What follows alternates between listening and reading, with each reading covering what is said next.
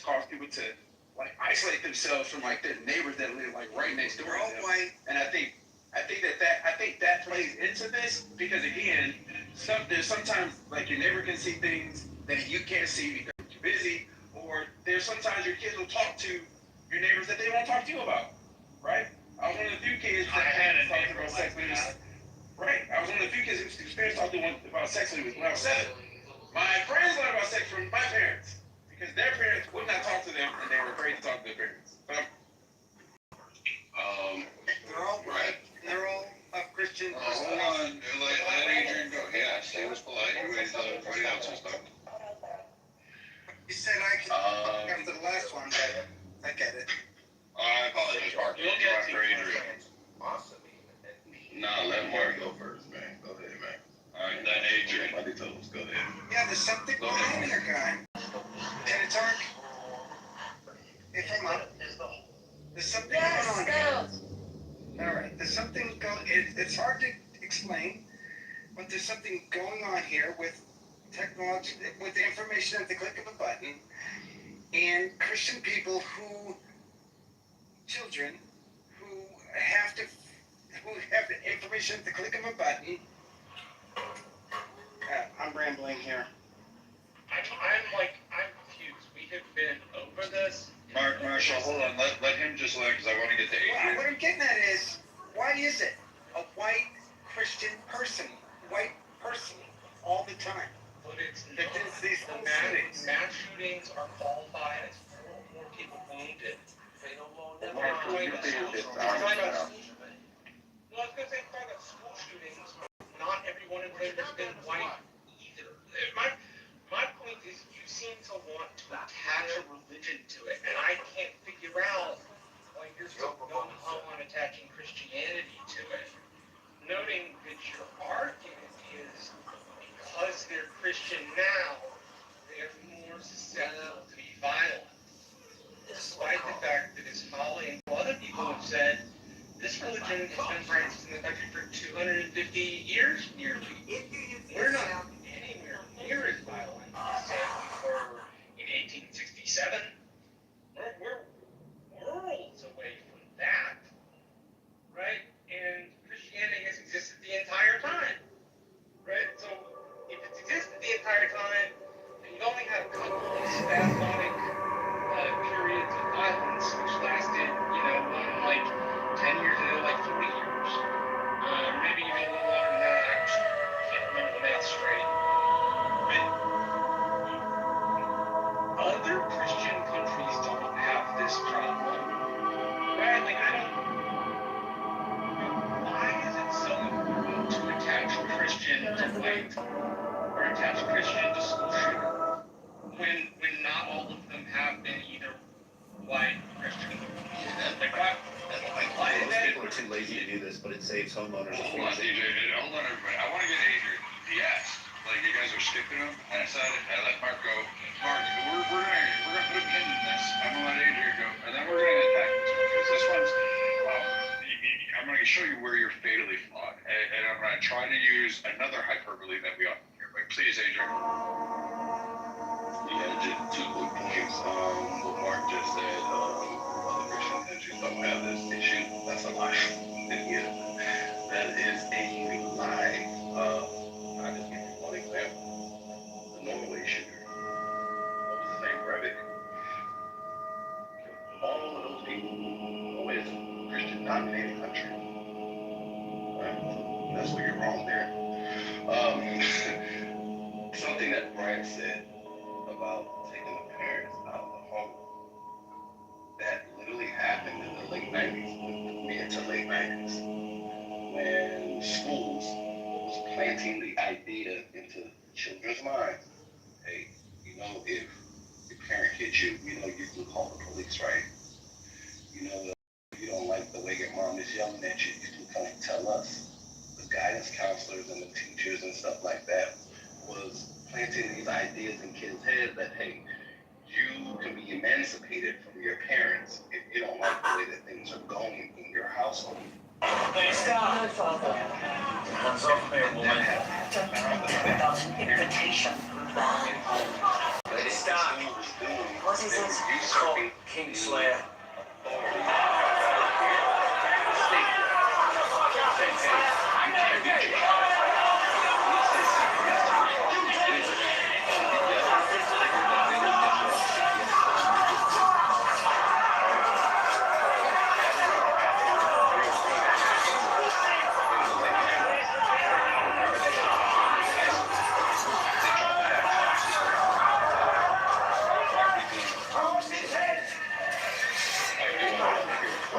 Between the father and his vengeance.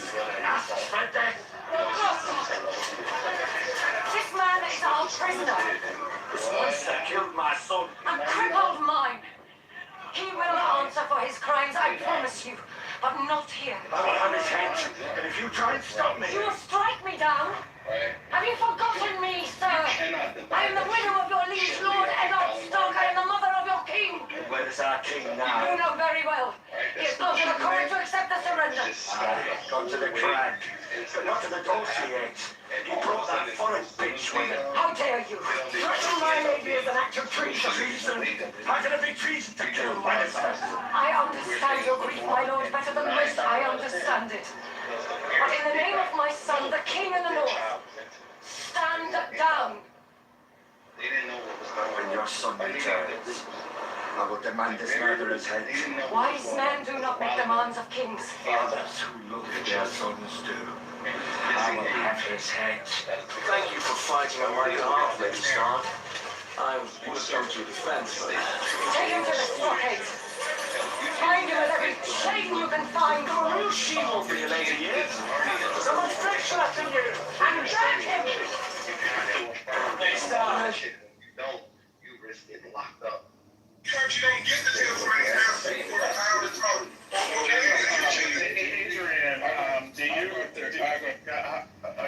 Adrian, do you consider the 4 mass shootings in 14 years a lot? One is a lot. Okay, so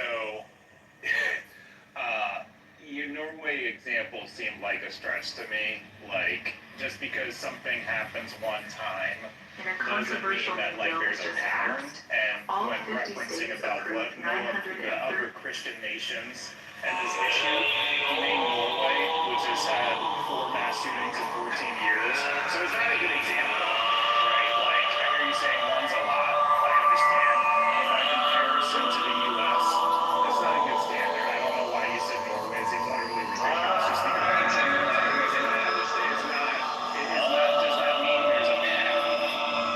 See, I'm still have to give you clarity. I have to give you clarity because like if you understand context. If you were listening closely, I mentioned Norway on the tail end of what Mark said. He said these things don't happen in Christian countries. And I listed Norway as an example. No, he blamed Christian So, countries. He's on the phone. I was talking to CEO. Yeah, I'm saying Mark blamed Christian countries. He said that's the problem. Totally. Well, I mean, if we can, Real quick. That's a fact. That's a fact. I just wanted to point out that Hold on a second. This idea- Adrian wasn't okay, I'm sorry.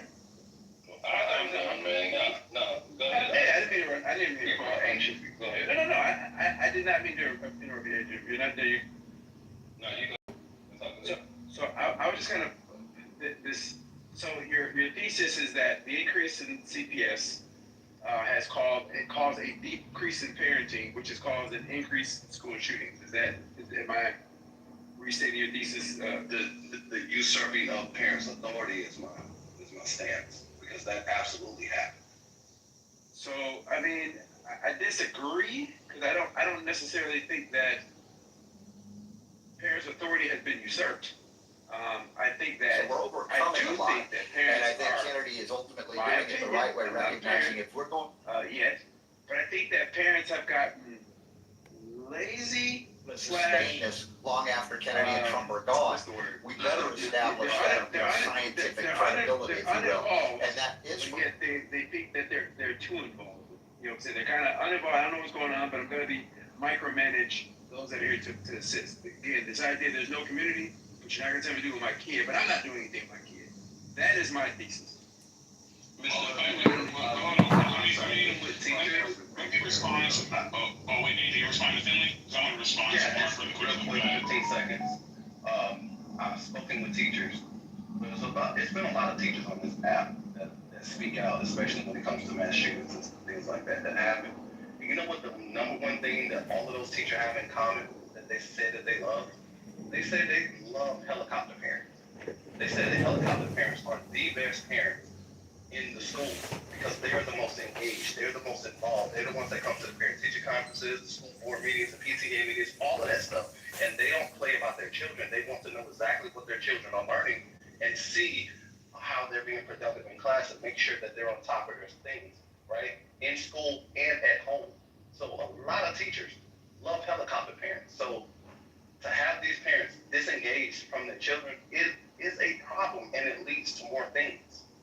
So there's nothing wrong with being a helicopter parent, with being involved in your child's school life and home life. I was just going to mention really quickly to Mark, because first of all, I don't know if Mark is being like genuine or is he just trolling, because I'm pretty sure he's researched this with his claim to some degree, bro. I like to believe that you did. But you say it's fact, it's a fact. It is not a fact. The Virginia Tech shooter was Asian, my nigga. Okay? The Parkland was like half Hispanic. We already talked about the Evade was Hispanic, and like Red Lake was Native American. Appalachian Law was black. Detroit was black. Knoxville was black. Like, I don't understand, like, why, like, where you're getting all of them were white and Christian, bro. That's why I feel like you're being disingenuous for the sake of being disingenuous. But majority of them are white. That wasn't what he said. That wasn't what he said, though. He said that all of them were white and Christian. Yeah, not voted white and Christian. That's like, it almost sounds like you have to be some religion when you're born in this world. So if you're born in a Christian country, that automatically makes you Christian. I don't believe that at all, bro. You can't, if you're not practicing Christianity, you don't go to church, you don't pray in the name of Jesus, you don't do none of these things, but automatically you're Christian? Like, how is that logical? It works that way. Even if an Arab is born in an Arab country, that don't automatically make him a Muslim if he's not practicing Islam. And people who practice Christianity are not going to shoot up shit. I said something simple, but it is hard to prove, no doubt, that most of these school shootings are of white young kids who are raised as Christians. That's a fact. Okay, so it's a fact. Okay, wait. Could you cite your citation for that, please? You keep saying it's a fact. What citation do you have to prove It's hard. First of all, you have to go to the parents, right? Because they're the ones. But my nigga, how do you know? That's what I want to know. How do you know? You keep saying this. It's a fact. I want to see your citation. So if we were to do proportionalities based on population, I'm sure it would be like, yes, there are more white, freaking confused men out there that think somehow being a school shooter or mass shooter. No, but the reason why I'm saying, hold on, relax, chill, man. I ain't going anywhere. I ain't mad. I ain't calling any names. I'm not doing anything. We're just having a conversation. Relax, drink some whiskey, whatever it is, smoke a doobie. Is that still the lingo today? I don't fucking know. Early right now. Just get to your point. Yes, ma'am. So the whole thing, if we based it off of demographics, I'm sure it would correlate on a per capita region. But again, you couldn't even do that because it depends on where you're going to cherry pick. Like Thomas just said, you have multiracial people doing this. You have all sorts of people. So the issue isn't the religion. I get the whole Marilyn Manson effect, but it's not that. Otherwise, it's always white. Hold on, dude. It's always white. Chill. Don't do that. Mark, have some discipline, please. Just please be quiet. Let him finish. It is not always white. It's already been listed out for you. I don't know. Maybe I have to spoon feed it, but I'm telling you, they are not always white. They're not always Christian, and they, in fact, go against a lot of the religious teachings and a lot of their manifestos. So if I'm sitting here listening to you, I'm believing with the news media and a racial stereotype. Like, the majority of crimes in this country are committed by guess which race? Black people. I hear that a fucking lot. It's not true. It's not even true, but I hear that a fucking lot, and it's that media narrative, it's that propaganda narrative. So this is part of the problem, Mark, is that you're actually not looking at what's going on in a case by case to actually look at solving the problem. I just said it may be as simple as that adding a parent in the home. I don't think it's Christianity. Christianity doesn't do it. I don't think Islamic, Judaism, Buddhists, or whatever fucking anybody else believes in is that triggering factor. I just don't see it. I don't. You're just, give me, it's a white Christian male that was featured on CNN. That's all you have. Can I say this, Brad? I went ahead and I posted in the chat the more up-to-date information about mass shootings here in America, who's perpetrating them, so on and so forth, what type of gun they're usually using to do it, all the, like, just a lot. Now, it does not give the religious breakdown, right? That's where you got me. I would say I would be remiss if I did not acknowledge that, realistically speaking, a lot of mass shootings we've had have been white male, but that does not mean that we haven't had other. I think we all can acknowledge that. Of Christian persuasion.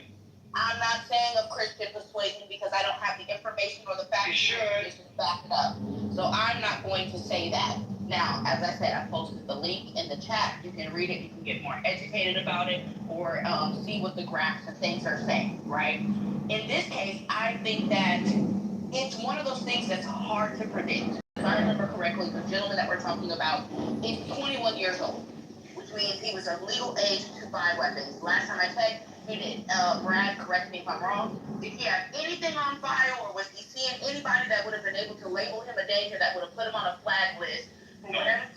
Whenever he went to purchase that gun, it would have been flagged, right? Technically, they were struggling with their identity since 2020. Was there anything on record to show or to be put on that background check when you run that would have labeled them as inaccessible to a gun? No, right? No, nothing has been reported yet. So no. Yeah, so he wasn't seeing a doctor while he was struggling with his sexual identity that would have been able to annotate that and submit that, correct? Correct. Okay. This is one of those freak things where unfortunately he purchased the gun legally and he went and he did it. There would have been nothing realistically anybody would have been able to do to stop it.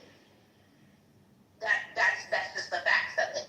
It's fucked up. I hate the fact that he went out in a coward's way instead of standing 10 toes down and facing the laws of justice and facing those fucking people. It's fucked up that those children had to go through that, and some of those children had to use themselves as shields to protect other children. It's just one of those type of things. Because the reality is what, when it comes to individuals like this, they're going to find a way to do something one way or another, right? And that's the facts that we're dealing with. All this if and shoulda, coulda, wouldas, and what about this, what about that? No, you know how I am, Brad. Deal with the facts of the case. Don't add shit. Talk about it in the context that it is. Yeah, but the facts is The context saying it's just one of those things. It's kind of wild, respectfully. And hell, Miss Clark has been a while. It's kind of, yeah, I don't necessarily know I want to accept that. But we're pushing back against this piece of the white Christian men. That is definitely not, the evidence does not. So this is the race on Christian. Wait, because I don't mind doing this. Wait, hold on. So why don't we do this? So Thomas actually had a whole list going. I don't know if Thomas can do it or somebody who's got, because like right now I'm trying to figure out how to not break this crock pot. I'm now on my third one. So what I'm trying to do is let's see. Can anybody break this down real quick? What is the race of those? And I'm willing to bet it probably is overwhelmingly white. I'm willing to bet it's probably male. Those are two. Brad, are you about to ask about active shooters and shit? And then like the stats on them? No. Like listen to it. We're talking about a school shooter, so let's go ahead and diagnose it. Like let's find it, because maybe it is. Maybe it's as simple as, you know what? Let's fucking remove all the white kids out of the male kids that, you know, I don't know, have like fucking. Yeah, I don't know. Whatever. They play fucking. It's overwhelmingly white. It's overwhelmingly white. Over 90%. Over 90%. Over 90%. It's not 90%.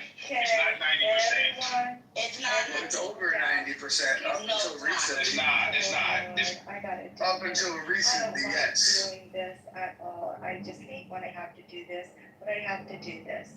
Please, everyone will get a chance to speak. No need to talk over, and please be courteous of other speakers. If you just joined the room, don't just get up there and try to speak. Understand other people have been waiting to speak in front of you. Also, if you are on stage, you need to cash in your pink ticket to be able to stay and speak. Sorry, and a lot of pink tickets in the audience. Please cash those pink tickets in, and I'll go ahead and go on mute now. I think it was it Miss Clark that wanted to finish her point? Yes, ma'am. Or was Weedman? Okay, Miss Clark, finish your point, and then I believe Weedman wanted to. Throw me the cue too after Weedman. Okay, so just so that way we can have a quick breakdown, I'm gonna move through this quick, right? Location and timing. Most mass shootings are likely to occur in workplaces and school. Weapon. Handguns are the most commonly used weapons in mass shootings at 74%. Rifles are at 32%. Shotguns are at 16%. Perpetrators usually tend to be white at 54%. Perpetrators are overwhelmingly male at 95.3%. The average age of a mass shooter in this country is 34.5 years old. As I said, it does not give the ideological demographic of if they're Christian, if they're Pentecostal, all that other stuff. And the site that I have does not list if they're normally Republican or Democrat or far right, far left, or anything like that. Mass shootings are most commonly perpetrated with handguns, one being at least handguns, like I said, 73.5% here, and at least one rifle, 32.5%, at least one shotgun, 15%. Most mass shootings involve a single weapon, sitting at 66.67%, and most mass shooter perpetrators are typically males, with solo males being 94.6%, solo female only being 3.8%, male-female pair being 1%, and two males being less than 0.6%. There's the information. Okay, so we should. So just real quick, I want to emphasize. So it's 54% white males. All right, that's probably in alignment with the racial breakdown of the country. Are we all in agreement? Yeah, it is, Brad, but it's also, it says, she's right, 54% whites, it's also 22 to 26% black, and it's 10% Latino.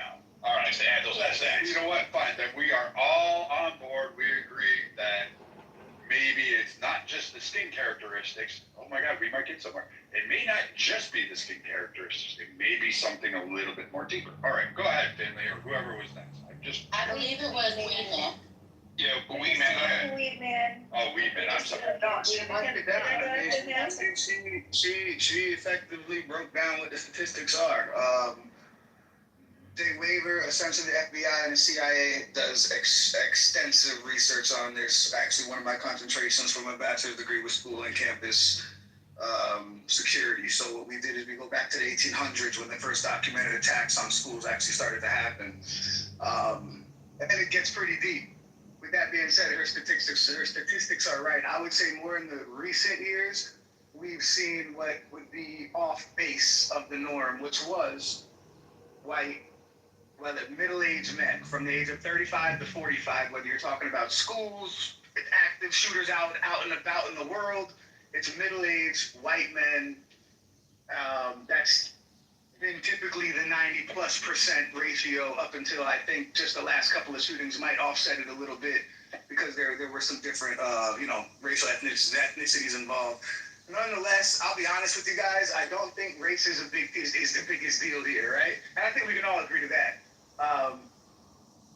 We have kids that are being shot, and what's happening is they're realizing that people within my community, the security and risk management industry, are paying attention, and we're making moves, and now schools and communities are reacting, and so we're able to install different things and try different measures, and we're testing, we're exploring options, right? There's never going to be a picture-perfect situation here unless the truth is we lock the fucking school down. And then even if we do, we have what took place just the other day. I don't know if this is the Minnesota shooting, but is this the one where he shot through the windows? This is because there was like two of them in just the last couple of days. Is this the one where he shot through the windows? Yes, this is the one where he shot through the window. So we get to this point now, which was my biggest worry through all my studies over the last 20 years in college and in this profession, is that we can create great access control, remove bottleneck situations from that access control. We could do a lot, right? But what we can never stop is somebody from the outside just shooting fucking in. If somebody's determined to shoot, kill, and they're gonna do it. They're gonna find a way, whether it's a bomb, a knife, a sword. You look at China, you look at England, you see all types of violent acts in mass, right? And they're not used with firearms. I think just a couple of years ago, some fucker walked into a goddamn mall with a goddamn sword and like chopped like fucking 33 people up. Now, did most of the people survive? Yes, and I think so. There's a difference there. Nonetheless, race, while it's a topic in the discussion, those of us in this industry are cued in on what's taking place, on the actors, the people that are investigating these things. They're aware of these breakdowns and these statistics based on the information we receive.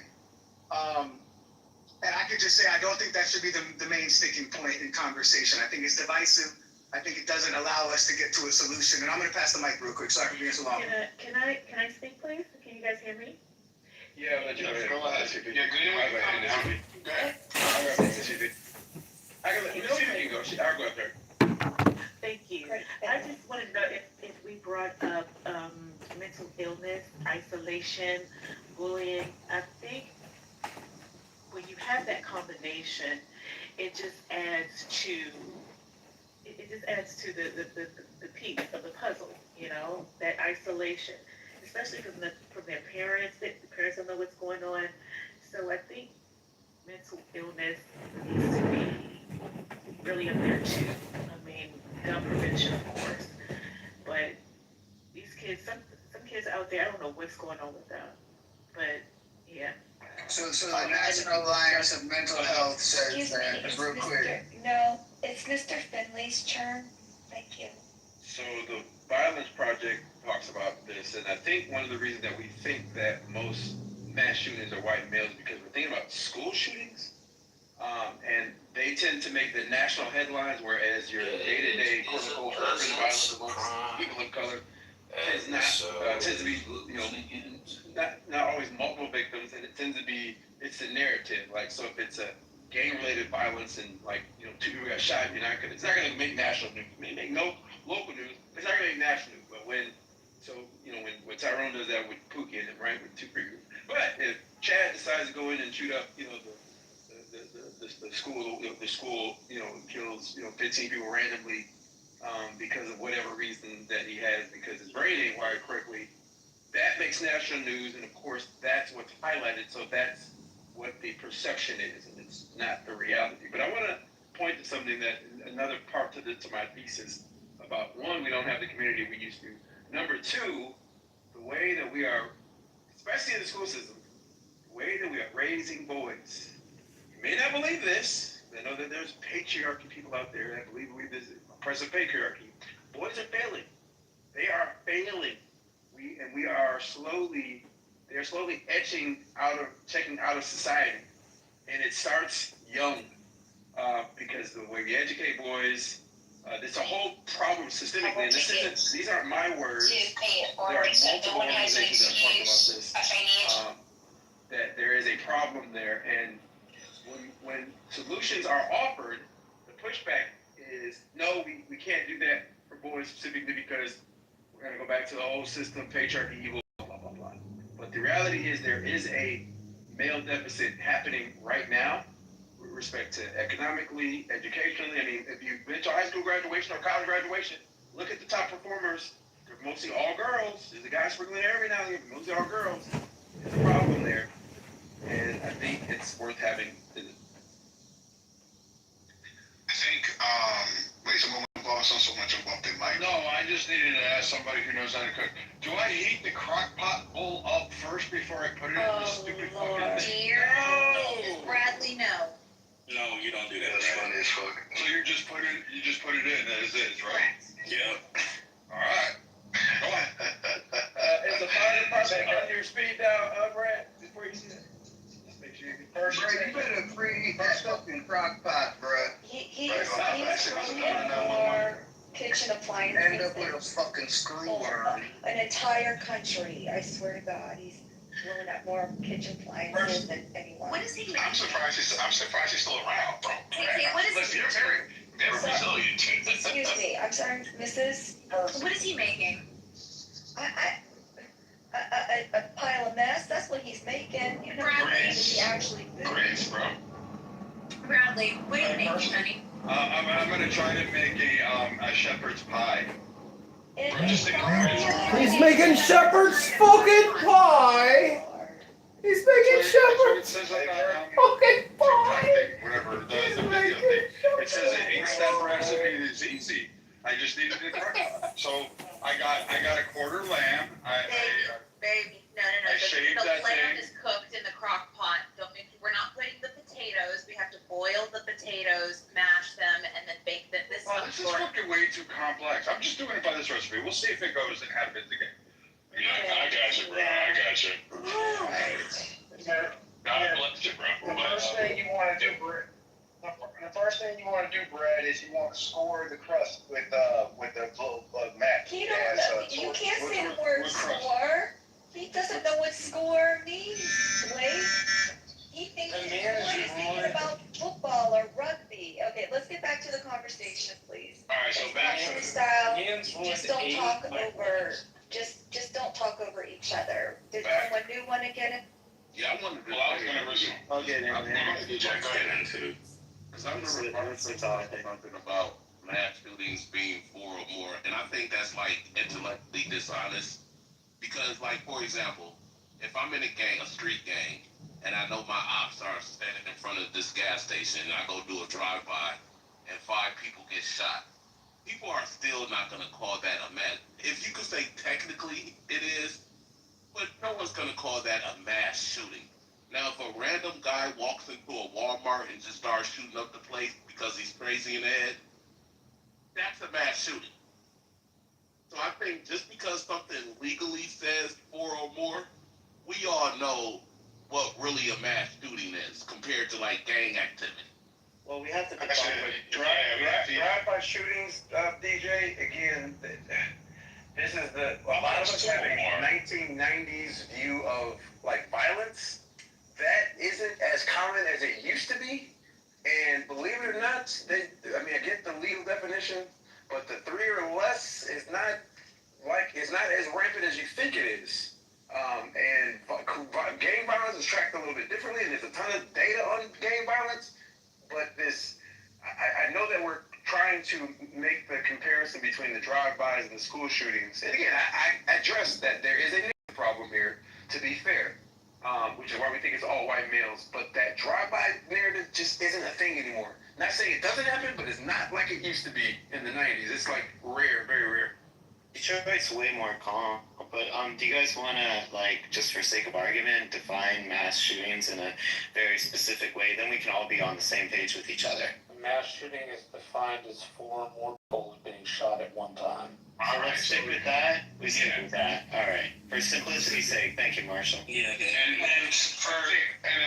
That's regardless. There's another term that we could add in. I think technically is it a catastrophe in this case. Well, I think anybody being shot is catastrophe. Obvious. Two or more deaths define catastrophe. Sure. But my thing is this: is to DJ's point, is it's almost as if we want to. It appears this way, as we want to sit back and kind of differentiate the killings of one group compared to another. If someone goes into a bank or a school or whatever and starts killing a bunch of people, now the gentleman, as far as I know, the two children died, from as far as I know, in the shooting that took place recently. If a guy is driving and trying to get his ops and he ends up shooting, 4 or 5 people, the death is the death. But like how they died or for whatever reason they died should not matter. Yeah, let's stick with the basic. They were killed. So I don't like playing the semantics game respectfully, saying, oh well, he did it because of this X, Y, Z, but this guy did it because he was running away from the ops. He was trying to deal with the ops. So I'm just like, but they murdered niggas, and that's all that matters. But The reason the context does matter, right? Because how you deal with it is going to differ. This is why cities that are doing a good job of dealing with violence are finally able to deal with it, because they look at the underlying issue instead of we're just gonna be aggressive and just be aggressive for the aggressive sake, right? That's not how you deal with crime. You're gonna deal with the school shooting incidents, which we're really not dealing with, differently than the gang violence. Because gang violence, you can look at the underlying issues to stem that and slow it down. I mean, you'd probably never stop it, but to slow it down. But to that point, Mr. Finley, as someone pointed out to the chat, hold on just 1 minute, please. I'll just be brief. You know, are we discussing mass shootings in general, and specifically in this case, school mass shootings? Because the remedy and the prevention of it does have some different variables. So which one is it, gentlemen? I thought we were specifically talking about school shootings, but Alright, let's stick with that. Let's stick with that for simplicity's sake. I mean school mass shootings specifically. Yeah, sure. I mean, Okay, at the end let's of the stick to day, school because it's in the title. well, but like If I they're can all like fucking help crazy. shed some light on like this situation to like help y'all out. Oh, help us out, brother. Go ahead. I actually live in Minnesota and I actually work with the BCA, and I've been working on this case.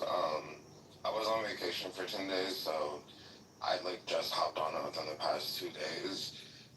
To give y'all some information, I would actually really consider this more of like a terrorist attack. This is something that's been going on that for whatever reason the news has not been like specifically telling people is related to these online groups or these terrorist organizations. This one specifically, I would just relate it to the NVE group. They're called the Nihilistic Violent Extremists. Heavily related to a group called Terrorgram. So if anybody remembers the shooting that happened December of last year, the girl's name was Natalie Samantha Rupnaw. Her name was on the gun. A lot of these things like that you wouldn't think are related are heavily related, and it's all like terrorist activity. So there's basically these online groups. They vary in age, and they're Wait, can you hold on a second, sir? So I'm from Minnesota myself as well. I'm up by Two Harbors. So, first, right, I don't know what ERR means on the crockpot thingy, so, like, this is all fucking done. I give up. Secondly... Error, maybe. But, what is this guy? I mean, then you're the, whatever, Saint, whatever, SMT, whatever. Do you have proof of this? Do you have, like, some evidence of this? Because this is the first I'm hearing about this, because I've never heard of an online terror troll farm that's recruiting people across the nation to commit school attacks. Like, that's just, I mean, that seems like something that would have been released by the FBI, or at least schools would have been made aware of, and parents would have been made aware of. I'm sorry, it's not Kids have roadblocks, you should be I concerned. can definitely, I mean, yeah, I can. Terrorgram is a real thing. Yeah. So I've seen it in the news and stuff. Because, like, this is the first I'm hearing it. Yeah, I'm trying to tell you. I think it's like basically it's a collective of different terrorist groups, groups that are like anything from like accelerationist neo-Nazis to just sick fucks that glorify, mass shootings and shit. And they do weird things, like they'll have like shrines for the people that have done these mass shootings. It's just, I don't actually participate in those places, obviously, but it does exist. Thank you.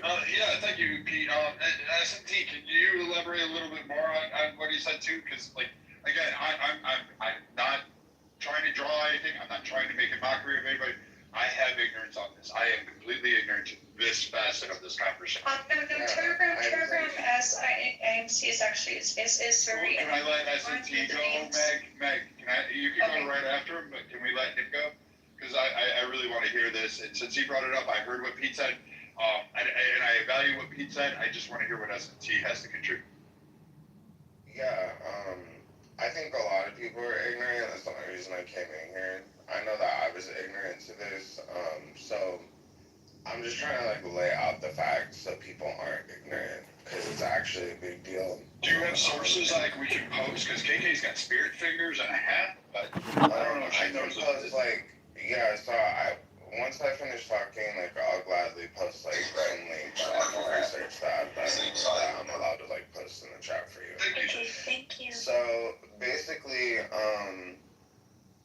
I'll say, like, with us specifically, we have had a string of what's known as swatting calls. So they're basically like fake 911 calls that come in, and these groups basically are inciting each other to get points on a leaderboard. They gamify this, so it actually gets into like what Pepe said, like neo-Nazism, accelerationism, where they have these concepts that basically the white race is in peril and they're doing what they have to do, and they want to overthrow the government and basically insert a new world order, in which case they are secure. Can we also toss in Scientologists in that mix just because? So, another important aspect of this is, I would say, like, the children. For whatever reason, a lot of these groups are actually, like, kind of obsessed with it. A lot of them are pedophiles. A lot of them actually specific. So this group, Telegram, is under another group. It's like an umbrella. It's called the 764 Network. That's, like, specifically really well known for, basically having children take videos of sexual acts of themselves and then blackmailing them to get them to do various acts, whether it's acts like these where they harm other people, acts where they harm animals, acts where they harm themselves. And they radicalize these kids and to these people that you're like seeing today, you know, these mass shooters. So damn, man, back to the swatting calls. So back to the swatting calls. So it starts with swatting calls, fake 911 calls. They're starting to get these points on this leaderboard, right? You get more points the crazier things you do. So I'll say it's not 1,000% sure, but there was a shooting in Minnesota on Lake and Stevens Street in Minneapolis, in which case 2 men were shot, but there was no suspect.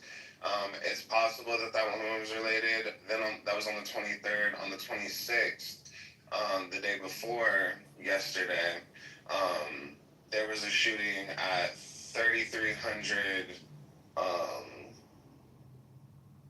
I can't think of the street name, but there was a shooting at 3,300 something right outside of another Catholic school, in which case 7 people were shot and I believe 1 was killed. It's heavily possible that that one is related, so I'm kind of pointing out like how things are progressing because they're getting more points on the leaderboard in these groups, right? Should we add in kids doing like car theft as one of the examples? Basically getting kids to be recruited into doing part of these acts?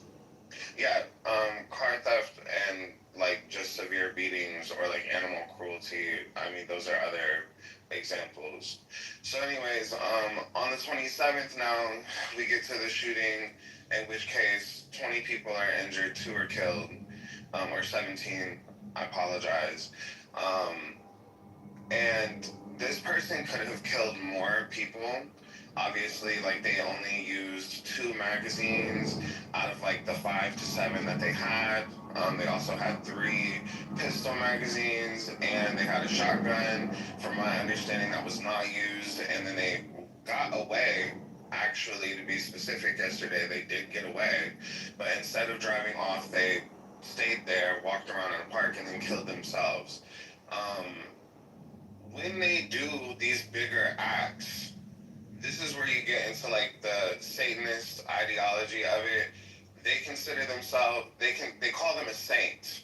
They anoint them, quote unquote, as a saint. And that's why Samantha Rucknall is like a great example of that, where she references somebody in like Turkey who killed a few people at a gay bar as a saint, because in these groups, whenever they want like notoriety, some strange reason, doesn't quite make sense with the nihilistic point of view, but they want notoriety, they get clout, quote unquote, and they become these saints. So the higher you get on the leaderboard, the more people you kill, the higher chances of you becoming a saint in the group. So I'll kind of leave it at that. I just think it's important to like know, because for whatever reason, like I said, they don't share, like a lot of these cases are heavily connected, and it's not really hard to like, I guess, find that from just like reading. But it's important to know that these are like terrorists, like real terrorists. This is fascinating. Can I ask you a question? Yeah. Yeah, bro, this is absolutely fascinating because Yes, I've never heard of it. yeah, no, this is crazy. And if this is happening, I just could imagine foreign governments leveraging, this is a new kind of troll farm. If you really think about it, we have a similar thing, this whole vigilante thing going on here in Calgary, where the gangs are getting little kids to kind of pose as to try to find out like sexual predators. This is in Calgary, Alberta. And we have a lot of very conservative people, conservative Christians and conservative Muslims here. And they're really, I don't know anybody that likes sexual predators, but there's been a couple cases, I think 3 this year, where kids under the age of 14 were luring sexual predators. And just last week, one kid got picked up in a van with no windows. And their friends followed him around, and they brought the cops in, and they arrested the guy. So this kind of vigilante, for whatever cause, whatever reason, going out of your way, doing crazy shit. Whether it's can I add to that? Yeah, here? crazy. So I own residency in Alberta, so they're actually attached to the ICE unit, the Internet Child Exploitation Division. The only reason why I know that is my husband does canine training for the RCMP. So I know exactly what you're talking about. 2 of the cases were actually attached with law enforcement, with parents' complete involvement. So it's not complete vigilante. However, I know what you're saying, but I just want to make sure, the case you're talking about, I know exactly what you're talking about. The ICE unit was a part of that. It wasn't just kids for the hell of it. So I have a question to those, because again, this is all fascinating to me. I did not know this was going on. Thank God my kids are grown. So why hasn't this been brought up in the news? Why? We just had this in our school. Jacob Fry. Hold on. Wait, hold on. I've got Jacob Fry on my fucking TV right now giving me the "we just need the ban" speech, and then we're going to rally this with Ilhan Omar going, America is a terrorist country and we need to stop this vile hate, and going down these rhetorics, but nobody mentioning this part.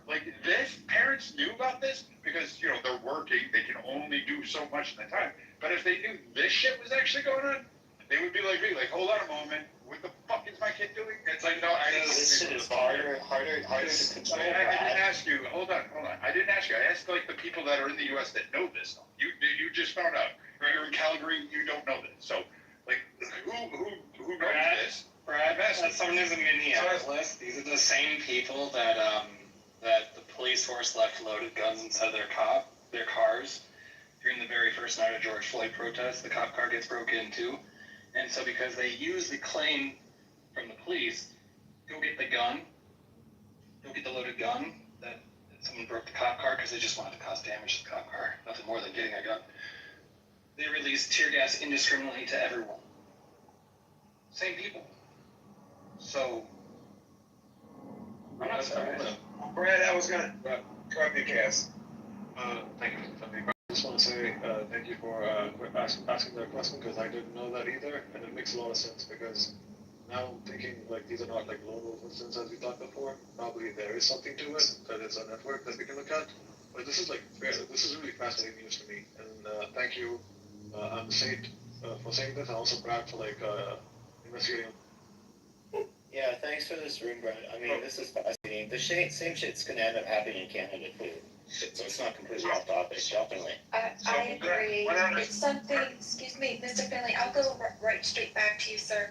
Something that's interesting, and it goes back to the full circle of what someone had brought up earlier, and we've only had this room open for an hour, which is the parent being removed from the actual family, the parents not being actively engaging with their child. So these young teens in particular can engage in really deep dive search onto their tablets, onto their computer screens within this community. So it kind of does tie into it. I'm opening my eyes to it as well. I'm the same. I would love to do a room on this topic just to open the ears and eyes of parents that may have young teens. I'm going to add you as a friend right now, and I would love to chat with you about this. Go ahead, Mr. Finley, and thank.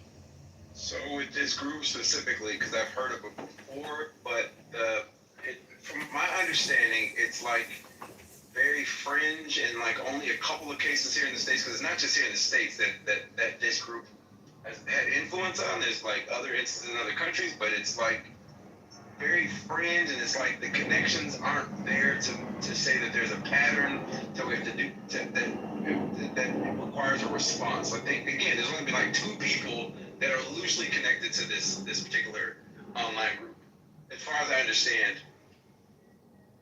Can you go into more detail about what you understand about? So it's been mentioned. So I study criminal justice still, and I read a lot of stuff like by the Violence Project, the Innocence Project. Like there's different groups that I read a lot about, and I've heard this, like whenever there's a mass shooting, once the dust settles and like the facts come out, and not in the news facts, but like the facts come out from the organizations, they talk about, you know, what they've investigated, et cetera, they write about this stuff. Like it's been mentioned, right? But it's not that there's a clear, it's not been mentioned enough that there's a clear link between all of the school shooters here. There's only been 2 in which this has been loosely mentioned. The Madison is one I can think of off the top of my head. I forget the other one, but I know the Madison shooter, because that's when I first, because I used to be in law enforcement in Wisconsin, so I still follow a lot of stuff there. And so the Madison shooter, and I forget the other one, but the Madison shooter for sure, but there's one other one, but I can't remember the name of it. But if you guys are really interested in like really digging past this, and I too got off of the white male train when I started digging into even like shooting, like mass shootings, because you begin to understand the narrative and what draws attention and what does not, which is why we shape our minds around this. But again, that's also why I have the thesis that this divestment in boys is kind of creating all of these problems, because there's uptick in youth crime amongst young men. Obviously, school shootings is a problem. Dropout rates among young men is bad. Reading scores are bad. It's just bad all around. In the Minnesota area, we kind of set a giant middle finger to the federal government for funding, because it came with so many strings attached that they couldn't run the schools the way that they were. And so then the federal government said, okay, we're going to discontinue all of your government grant foundations. So Minnesota just got hit with every government-funded non-for-profit was unfunded. So add that to the mix of this current time. Yeah, so just to clarify, whatever facts or lack thereof that were just shared. So December 6th, 2024, Madison, Wisconsin, what he's referencing, Natalie Samantha Ruffnow. Telegram is also related to the January 6th incident in 2021 that happened at the riot at the Capitol. There was an incident March 1st in Waukesha, Wisconsin with Nikita Cash that was related to the terrorist organization known as the Order of Nine Angles. May 18th, 2025, Los Angeles, California, Guy Edward Bartkus. January 22nd, 2025, Nashville, Tennessee, Solomon Henderson. July 28th, 2025, New York City, New York, Shane Tamura. And to be specific in global incidents, because this isn't just over here, there's May 20th, 2025 in Pirkkala, Finland, where I believe he was 15 or 16, went to school and videotaped himself stabbing his schoolmates. Then there was another incident, the one that Natalie Samantha Ruffnow from Madison, Wisconsin referenced, August 12th, 2024, that happened in Eskişehir, Turkey, from Arda. I apologize, I have no clue how to pronounce that. But just to be specific, these are some incidents that are actually related based on literally the manifestos of the people who did them and their social media accounts of like the past year. I'm just gonna say this real quick. Hold on. So as I'm deep diving while listening to you and T and Joe and a couple others, I mean, I even found that I guess apparently this is real enough that Frontline did an expose on this along with National Geographic and other entities are starting to do exposés on this. Like BBC is now going to pick this up. ProPublica is picking this up. So now I'm like, I feel really dumb. I had no idea this was going on. I mean, you know what? The way it comes across, I probably would have just threw it out there as a conspiracy theory or some other crackpot kind of far-reaching thing like Martian moles take over DC. It's a new culture of violence, and violence has evolved over centuries. So to be clear to S&T's point, there is a larger group that I am not familiar with. I'm speaking specifically to school shooters in this particular group. That there is a larger group, and I also did mention that it's not just in the States. I did mention that it's global. Let's hear it from public media, because actually this is where I first, no, maybe not first or second. I had heard of Telegram, and I know that Telegram, one of them came from Telegram, which I've just been a bit suspect of. So I was taking my suspicion of Telegram, and actually NPR did something on Telegram. And I was like, hold on, Telegram, or they looked talking about Telegram, so that's why I watched it. So NPR actually broke one of the stories about Telegram. They also included, I think it was 4chan is the other thing that's also you can look up. But yeah, let's hear it for public broadcasting. NPR did do a really great expose on this a while ago. Wait, what do we want to fund that? Let's cut fund it. In my home in British Columbia, Amanda Todd, I don't know if you guys remember this story. She's a 15-year-old girl from British Columbia. And what happened is that she died by suicide, right, in 2012. And so this was an early case of online manipulation. She was being like prolongedly harassed by this dude from the Netherlands, right? So she posted a video in September 2012, right, of her using flashcards saying that she was exposing herself, like her body to by webcam to a stranger. And he said, you know, if you don't send me pictures of you doing all these weird things, then I'm gonna it was a sextortion case and cyberbullying. And it was this Dutch guy aiding on this Dutch-Turkish guy. He was in Netherlands and he was already convicted multiple times for online sexual extortion. And they actually brought this motherfucker to BC here, and he's in Canada now. He's got 13 years in prison. So I mean, this kind of online manipulation of young people, yeah, it's just going to get worse because the technology is getting more sophisticated. This is fascinating. Hold on, just so before anyone goes, hey, welcome, Cedric. I'm not going to berate you. You can have all sorts of opinions up here. I don't, as long as you can back it up and support them. But I'm just really fascinated currently. I just went to the State Department, and I shit you not, this is on here. The Department of State is designating Telegram Collective and its 3 leaders as specifically designated global terrorists pursuant to EO 13224 as amended January 13th, 2025. So this, ladies and gentlemen, was actually instituted by Biden's administration and codified over by the Trump administration. So 2 separate opposite administrations have carried this over. It goes through, Telegram is a transnational terrorist group that primarily operates on the social media and digital messaging platform Telegram. The group promotes violent white supremacists, solicits attacks or perceived adversaries, and provides guidance and instructional materials on tactics, methods, and targets for attacks, including critical infrastructure and government officials. The group also glorifies those who have conducted such abhorrent attacks. Attacks or attempted attacks by Telegram users motivated and facilitated by the group include the October 22 shooting outside an LGBTQI+ bar in Slovakia, a July 2024 planned attack on energy facilities in New Jersey, the August 24 knife attack on the mosque in Turkey, the September 24 DOJ charged 2 U.S. Telegram leaders with 15-count indictment for soliciting hate crimes, soliciting murder of federal officials, and conspiring to provide material to support terrorists.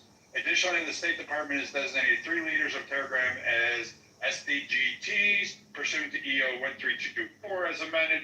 Zero Daniel Amane Ferrari is a Telegram channel administrator. Ferrer is a Brazilian national residing in Brazil. He'll never leave there.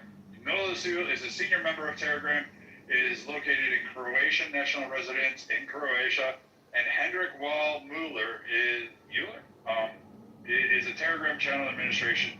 He's a South African national residing in South Africa. South Africa will give your ass up. I believe they will. So yeah, this is like some real shit. Why didn't we hear about this? That's a really good point, bro. Why haven't we heard about it? It's a fucking high trap. It's got no head. You cut it off. It's just like somewhere else. Yeah, it's decentralized for sure. I apologize.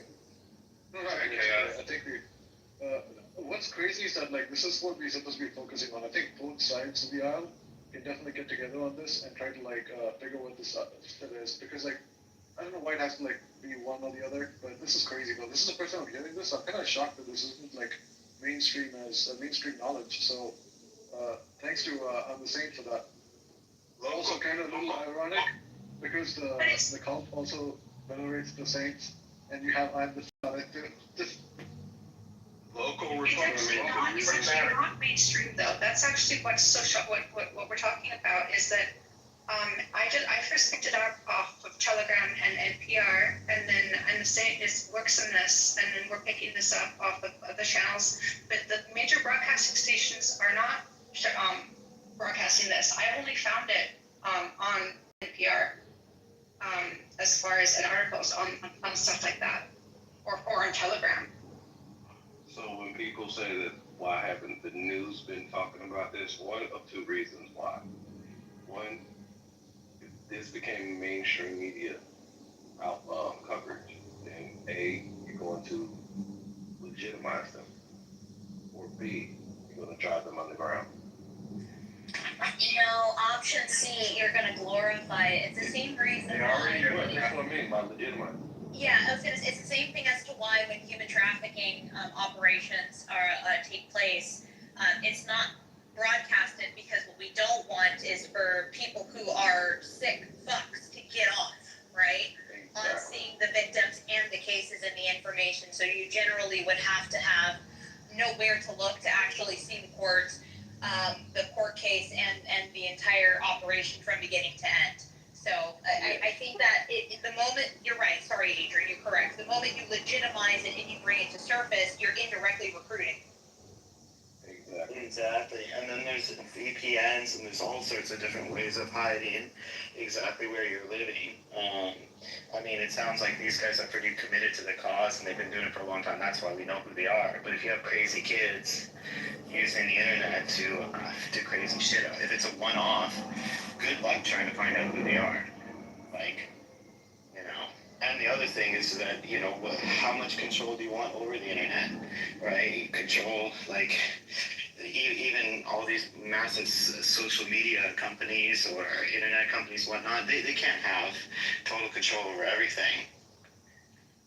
It's a hard problem. I mean, that's where they flourish. One of the reasons it flourished so much on Telegram is because it's very unmodified or moderated. Yes, Telegram is significantly unmoderated, so that's why it flourished so well on Telegram.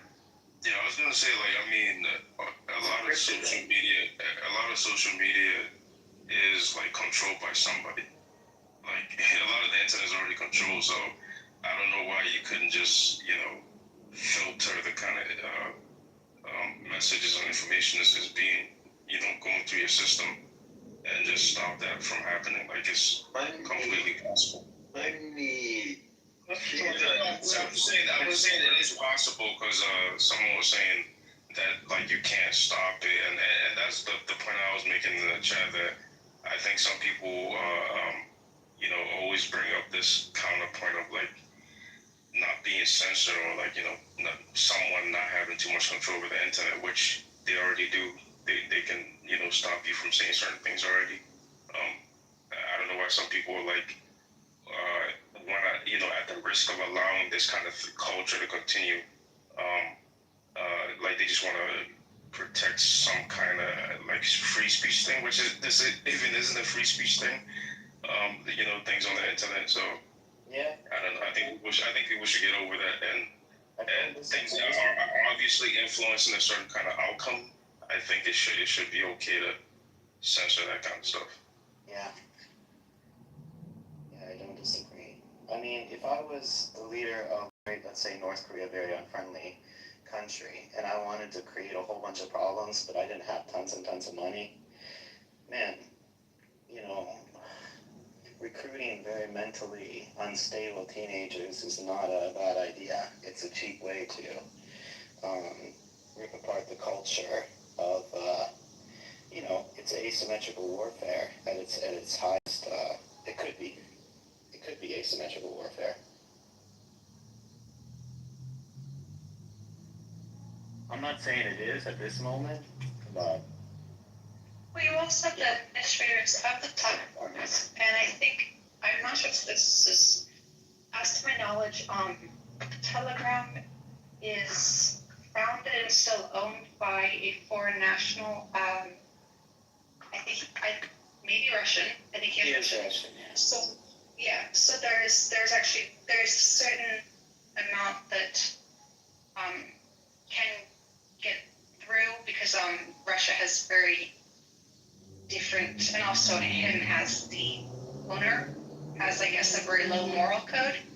But no, if this was in the US and this was like Instagram, it would probably get censored. But no, this is from a Russian Telegram and from a Russian owner, and it's kind of interesting actually how the shooter had Russian written, although incorrectly, in English on the guns. That's a little bit creepy actually, but. So I want to go. A lot they are foreign owned, that causes problems. So I want to go back to this Minnesota school shooter. So we're saying that this Minnesota trans shooter, because apparently they were trans, and that's got to be the highlight talking point. But apparently this shooter, the school shooter, is somehow connected to this organization that I'm now watching. Like, I got to pull documentaries and research on it, and I guess apparently they're responsible for the Christchurch attack. So somehow it's correlated to this. I'm confused. Yeah, so again, on their rifle, which I may even have a picture of, I'll look, but in the video that they posted on YouTube, on their rifle, they had painted the name Rupnow, Samantha Rupnow from the Madison, Wisconsin attack onto their gun. So, and an example of what I was saying about the Saints culture, that girl, Samantha Rupnow, committed a heinous act, in which case hit their leaderboards, and so they revered her now as a saint. And this person specifically looked up to Samantha Rupnow, thus putting her name on their gun. Right, it's like these crazy fucks in Europe who say, like, in the name of, I don't know, what is it, ISIS or something, they kill someone. It's not as if they're an organized insider member of ISIS. It's just that they go online, they spend all this time in their parents' basements, they get inspired by them, and then they do shit, and they want to claim association with them. It is a loose association. To what degree or not, well, that's, debatable, right? Under how much influence, it's probably a case-by-case sort of thing. But it is one of these things where the intentions of the individual person is terrorism, and they may claim to be, part of this terrorist group, but they may have never been to, ISIS, they've never been to Iraq or whatever, Syria, and so it's one of these things where, crazy people with lots of bad ideas meet each other, give each other worse ideas, and then claim association. I just don't. So I just want to. Anyways, let me not. I don't like giving. I'm not even trying to give like personal opinion in any of this. I just think the facts are important. I'll just give an example of. I brought up March 1st in Waukesha, Wisconsin. Basically there was a boy who killed both of his parents. Waukesha. Thank you. I have no clue how to say it. Waukesha, Wisconsin. He killed his parents, and during the trial referenced the Order of Nine Angles. So this group, also known as the O9A, they're actually like heavily organized, and they have like roots back back to like the 1970s. And this group specifically goes out of its way to have its recruits rise through its ranks by basically infiltrating political sectors, law enforcement sectors, basically to help them do the things that they are doing. And this is a global organization. One example is, I think it was 2020, let me look through in 2020 there was a person in the U.S. military, Shandon Simpson, who was found to be like one of the people that was in this L9A order. So to like basically give like a visual concept, there is a large umbrella known as like the COM network. Under that umbrella, one of the groups is like the 764 network, but there's other ones, like the Ottawaffen division, groups where they have arrested some of the higher ups, just like Telegram, they have arrested some of the higher ups, yet we still, over the past year, have had multiple occurrences where people are tied to this network and committing these heinous crimes. If we're like on Clubhouse right now and we're all in this house and we see each other every day, excuse me, and we hold true to these ideologies, I mean, I think like, for example, we know how people on Clubhouse historically over the past like what 5 or 6 years have planned huge events, have done like things, you know what I mean? The social media networks that they're using are simply like this but encrypted. Discord is just like this but encrypted with better text form. Another one is Signal. Was it last year that they were mad at the president because those military plans, they were talking about them on Telegram and they invited the journalists and they screenshotted them? Like, these are encrypted networks that a lot of people are using, that basically these people are using them to keep this violent information that they're sharing amongst each other safe without obviously getting caught and arrested.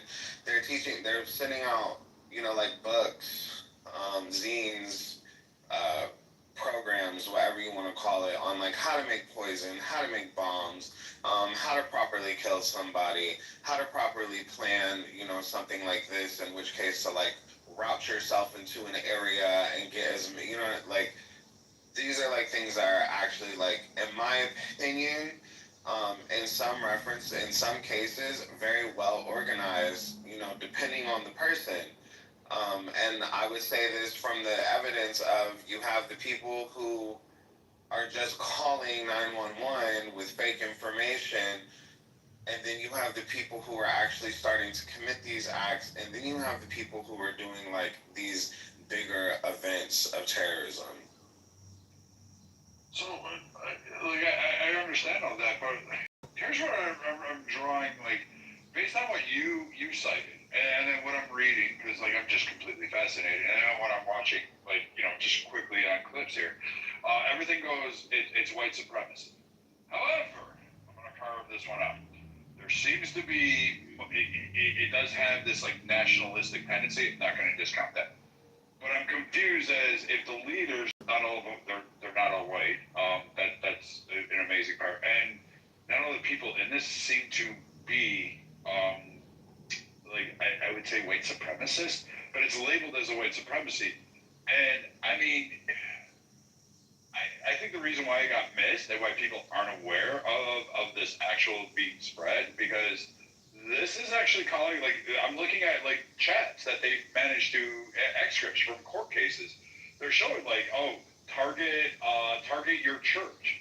Like, that doesn't come from, like, white supremacist groups. This is something far beyond that, I would say. Like, am I missing something, or is this just the way the news media is trying to label this? They can't figure out what this really is, or am I missing? I mean, there are white supremacist groups that hate Christianity, so I would say that that's contradictory. Like, I'm not saying most of them, but there's a big section that think Christianity is like a foreign religion that is not European. So So yeah, for the 764 network, which houses Telegram, is actually heavily influenced by that group that I referenced earlier, the O9As, or the Order of Nine Angles. And I think I posted like a short link on them in the chat, but I would do some research into that because that kind of answers your question. So this specific group is one of the Satanist groups that I was referencing, and they actually are heavily against the Western. When Pepe was up here earlier and brought up accelerationism, accelerationists are extremists who want to, in this order of things we're talking about, who want to basically have a new world order.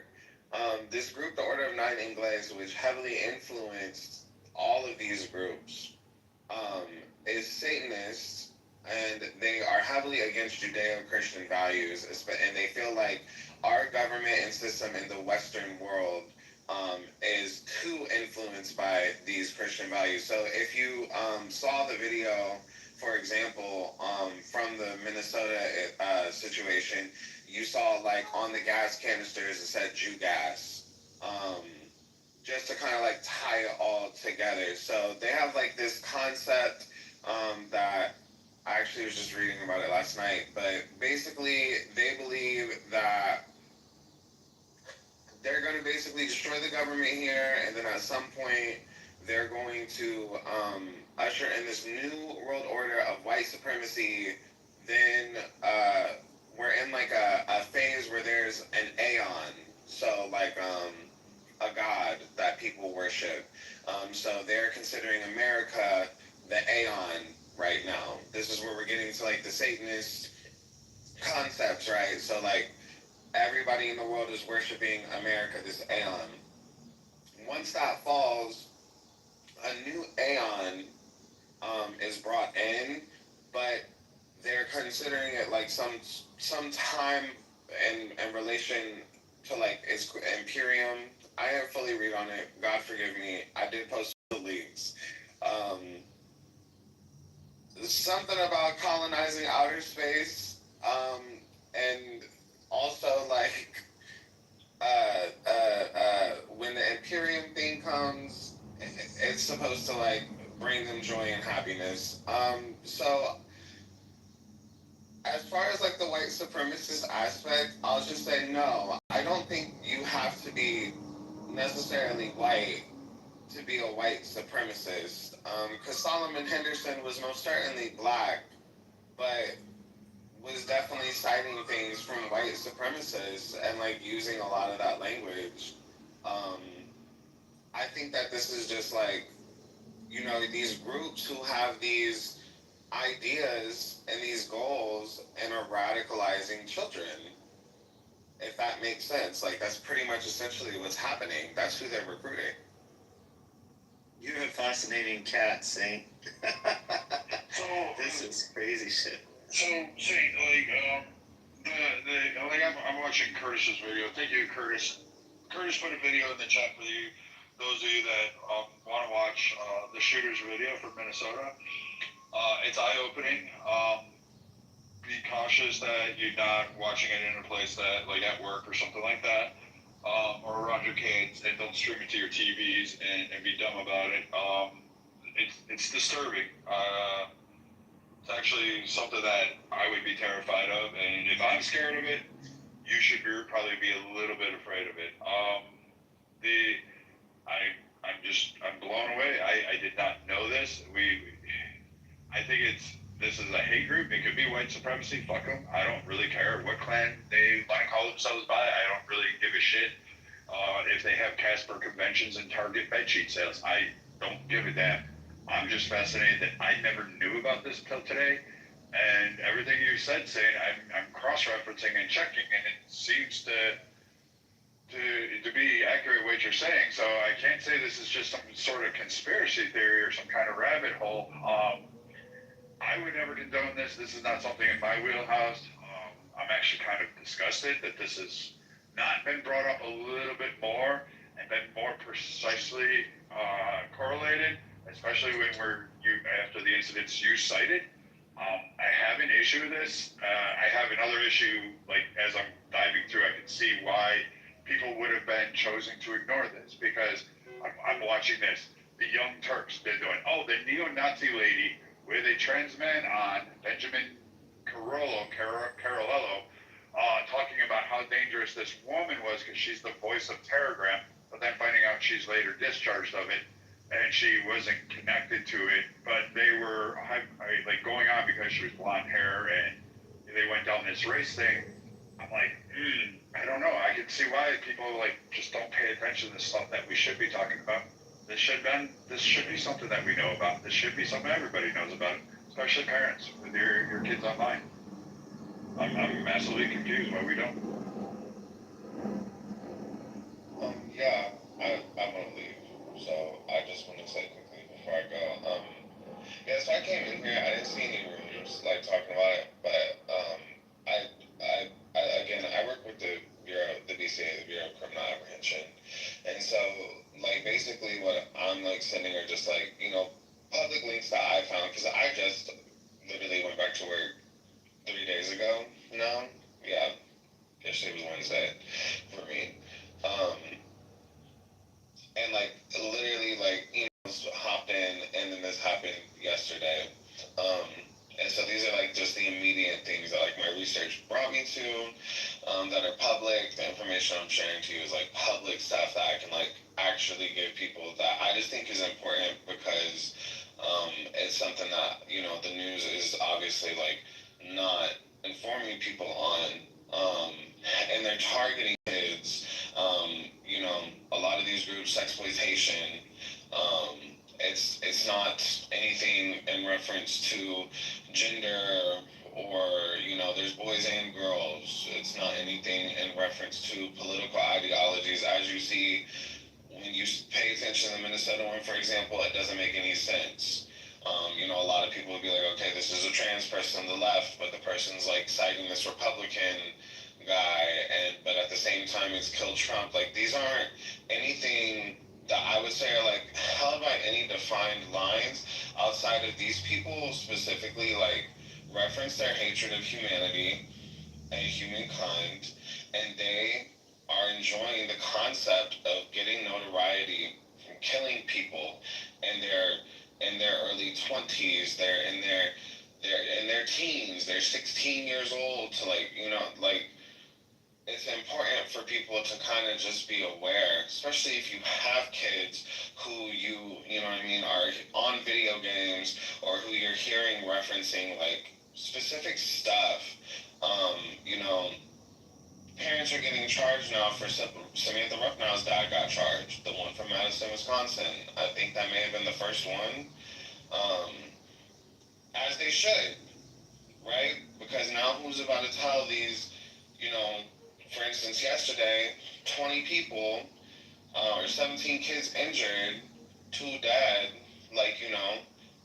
people are looking for somebody to fall. Like, what do we do? So, Would you mind? Facts are important. Would you mind like reaching out to KK? She wants to definitely. I do too. I think everybody that normally hangs around it, we find things that we don't know a lot about, and we want to do something more informative. I would love it very much if you would come to another one of our rooms. We'll do this on domestic terror or whatever label we come up with, and we can sit down and really truly interview you when you have more time. We can do it on a weekend. But if you could reach out to KK and myself, I would love to sit down and just have this like really in depth, a little bit more information, and we can put up KK's got Spirit Figure. She does this like whole power board where she's got all the links, and she does her whole thing. And we got like a psychologist, we've got teachers, we've got police, we've got military personnel and others. I would love to have you kind of help us walk through this and kind of be able to see this. I really truly am genuinely being sincere about this. I'm not trying to be troll. I don't give a shit about clout. I don't care if there's 5 people in the room.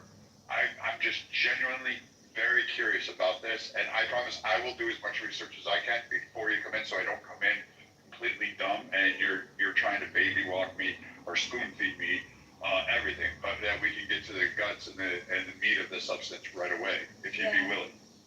I think it's like a new era of terror that most parents are not aware of, that our children are exposed to, that we need to really understand. Just like parents are not used used to or aware of, these new types of drugs per se.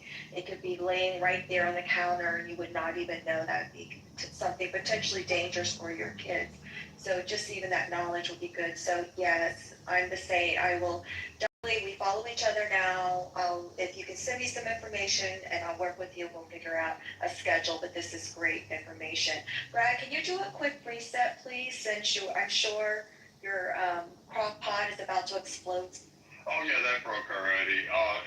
It's now, it went from ERR, and now it's broke.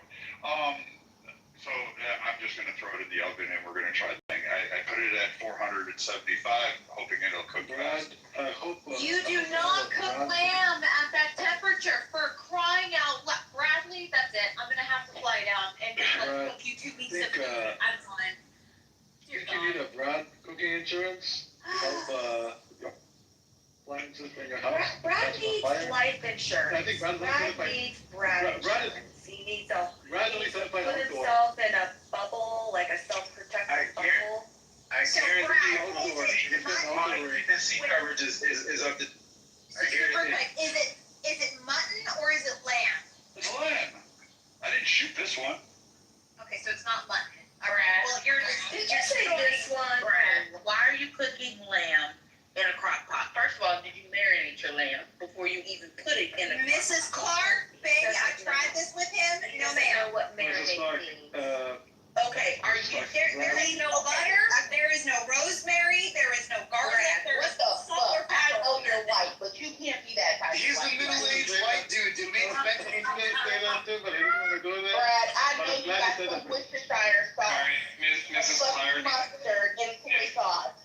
if I heard him right, he's actually in the middle of nowhere, Minnesota. I'll give him a little credit. They really don't know places up there. No. Brad's not there. I know. But Brad is certified outdoor, so he's an outdoor cat kind of a person. Indoor, he doesn't know how to do things, and he needs a special insurance to protect him. Brad, go grab a local cedar tree, grab some cedar sprigs, and add that. Are you trying to stew this lamb meat? No, I tried to make this shepherd's pie thingy. I got the peas. I threw the meat in there. I threw the potatoes in there, and then I threw the peas on it, and it was supposed to cook it. It says easy recipe. You don't even have to peel the potatoes. You can just throw them in there. Did you wash the potatoes before you cut them and put them in there? You're supposed to cut them? You're supposed to wash them. Yeah, no. Oh, Brad. Oh my God, Brad. So, and then the crock pot says error on it, and I don't know what I fucking did wrong, and then now it's just a blank screen.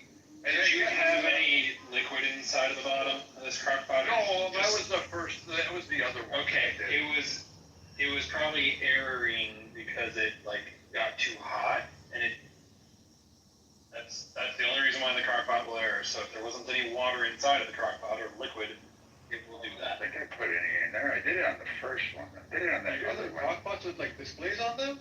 Okay, we can have Brad's cooking school. Mine has just a knob. Can you reset the room, Brad, without your lack of cooking skills? So we have some new people on stage that may want to speak on the actual subject. All right, so pull your headphones away from your ear, turn down your volume. For it, he's going to get it, and, hopefully you can hear me. Marshall, can you hear me? Okay? Yes, go ahead. Go ahead. Ladies and gentlemen, welcome to the Political Compass, your one-stop shop for news and things going on in the world, where we have discussions and we learn things. We actually have back and forth discussions. We value all opinions from all across the aisle, and every topic that is brought up on our stage. However, you must stand firm. You must be tough. You must validate your opinion. And don't be afraid of criticism. We actually want to have a back and forth with you. This is a biased conservative house. I make no qualms about that. I hide nothing from it. But I do welcome all differing political opinions. We do not discriminate based on race, gender, or fucking sky daddy issues. I don't care about any of them. All faiths are welcome. All races are welcome. All sexes, particularly those of women, are definitely welcome. We care about what's going on in the world. We want to cover the news. No, not everything Trump does is perfect. I still think he's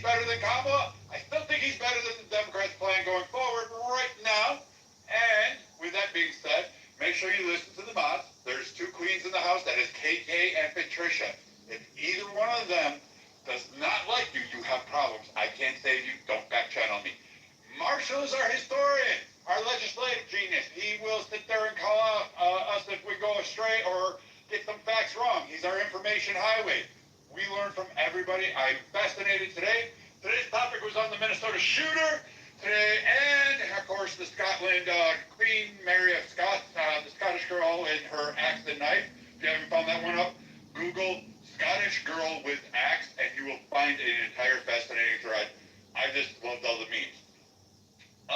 But with this, we also learned today about Telegram, and something I was not really formally aware of.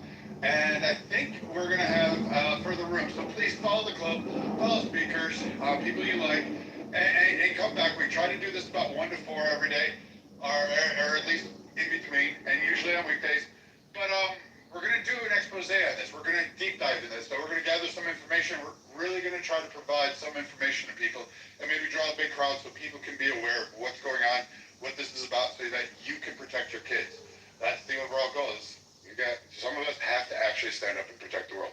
With that said, carry away. Do whatever where this new discussion wants to go, KK. I don't know where we're at right now. I'm just still fascinated and floored and still trying to figure out this fucking thing.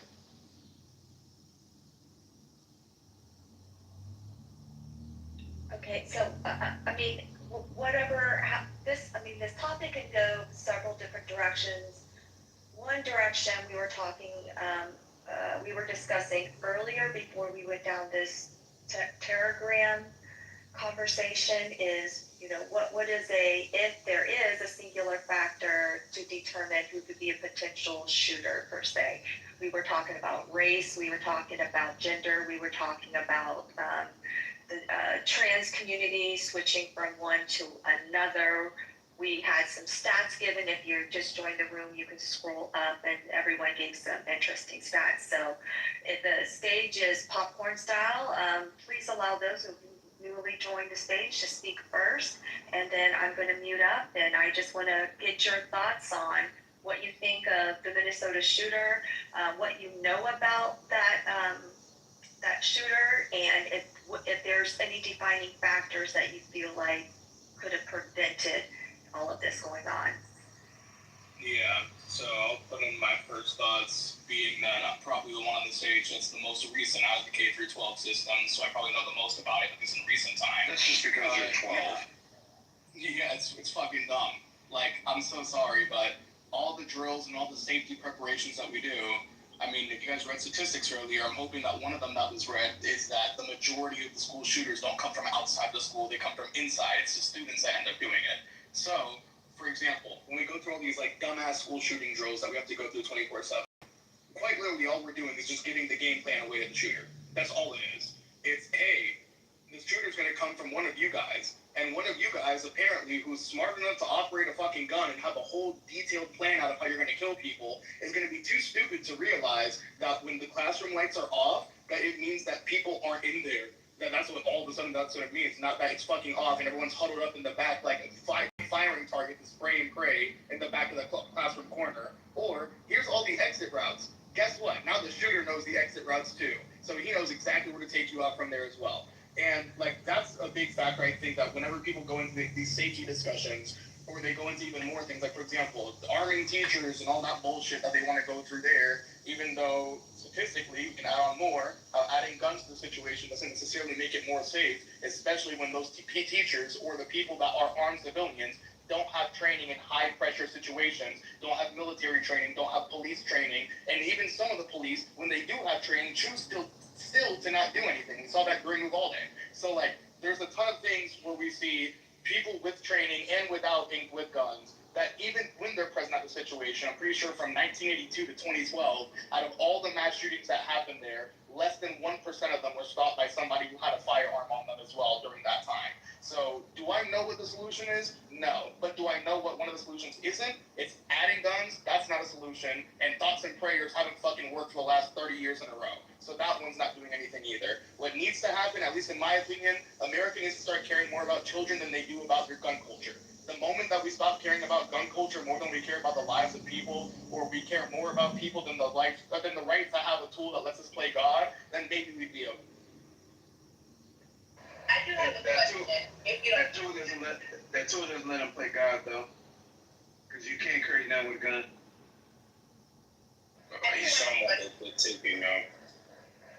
hear a lot of people gun control and different things like that. And it makes me really wonder, like, if we actually got off to the weeds about gun control, what type of gun control would you want? Like, what type of laws would you want to see implemented that you feel like would make a difference in this case?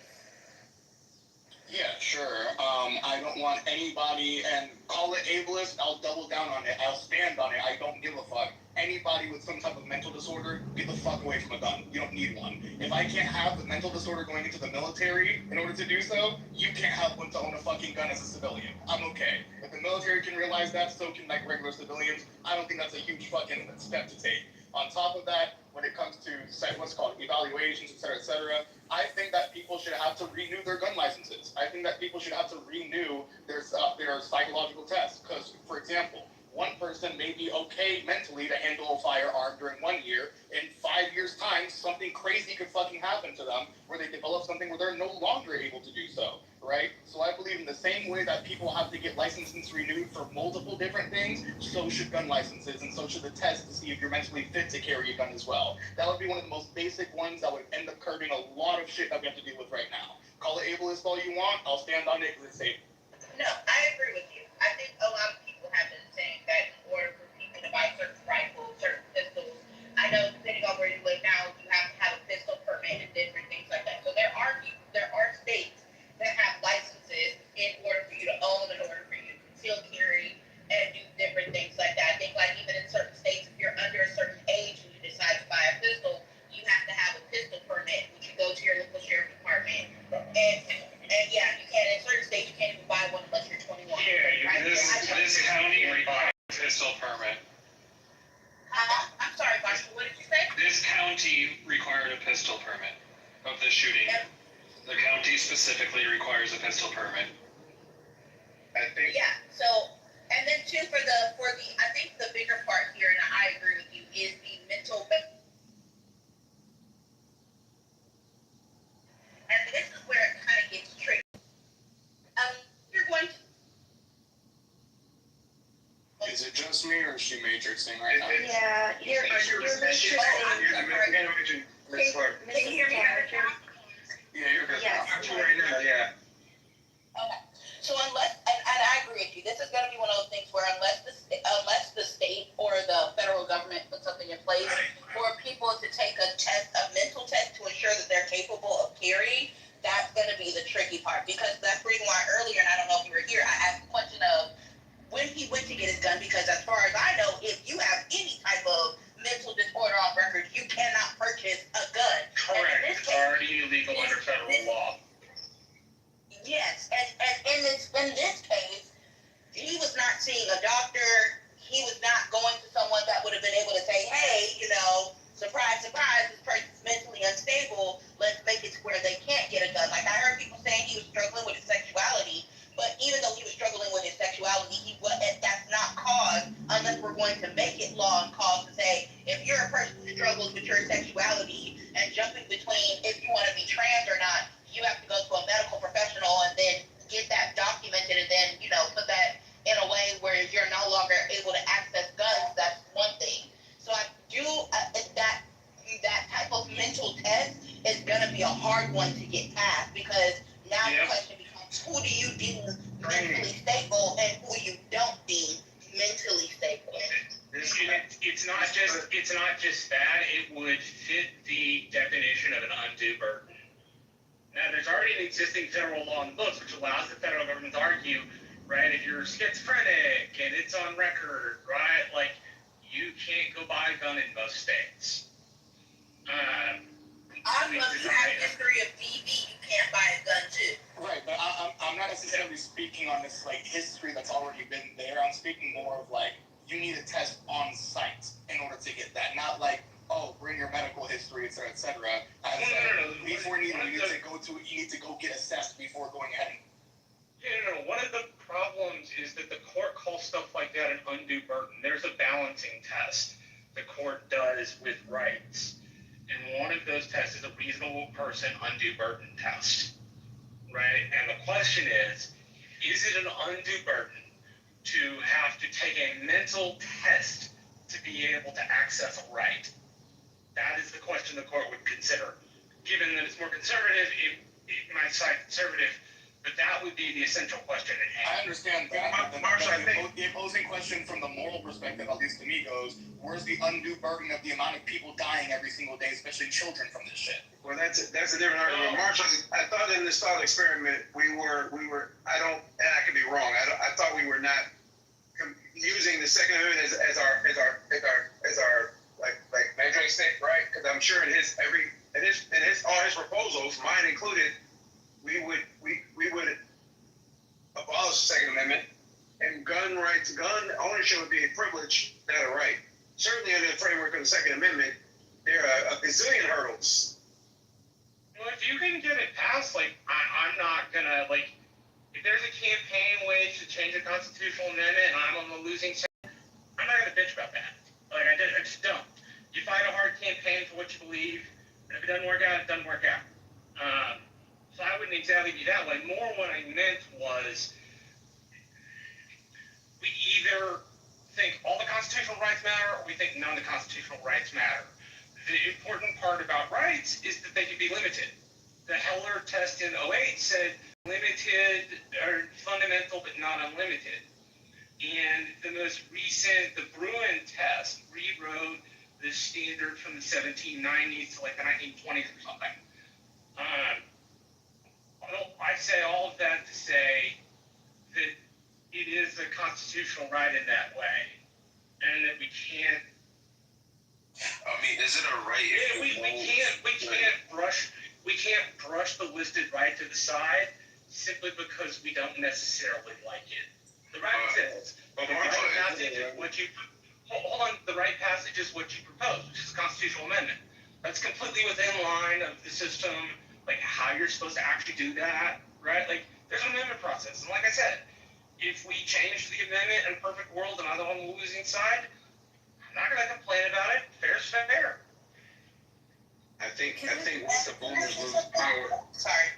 I think once the boomers, and I'm aware of how the amendment process works, and I don't disagree with you, Marshall. I'm a gun owner, but I'm very much anti-Second Amendment because I think that the floor is so low for gun ownership in this country, and too many idiots have guns, and they're making the responsible people look like they're endorsing the idiocy, and sometimes the responsible. I know that. There's a guy, Mr. Finley. Hold on, Marshall. Let Finley. Oh, I'm sorry. And sometimes the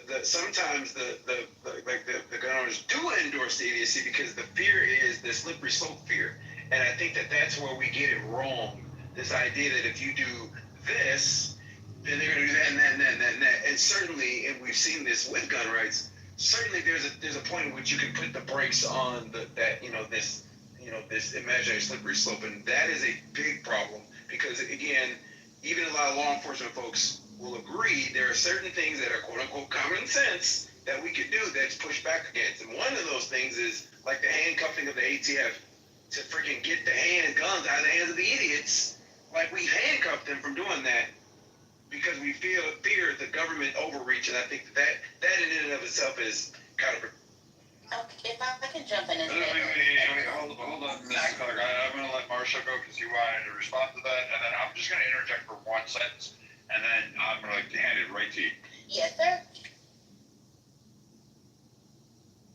Ms. Clark, you can go first. Wait, I thought he's going to say something. All right, so we'll do this. I want you guys to think on this. I am not saying that there is a gun problem. I'm not saying XG may have a... Where did he go? Oh, he's still there. I'm not saying he may have some sense to his argument. I'm saying listen to his argument. Also, for those that are pro 2A, like who own multiple firearms, like I do, I want you to recognize this moment, because once you give up a right to the government, you no longer get that back. You will never get that back. It's like asking the government to start a program and thinking they will end. So be cautious about your wish to end, modify, or do things and fiddle around with laws and constitutions and giving that power to the government and saying, here, let me turn this back. But go ahead, Mrs. Clark, please offer your... Yes, and for me sitting up here as an avid gun owner myself, when I think about turning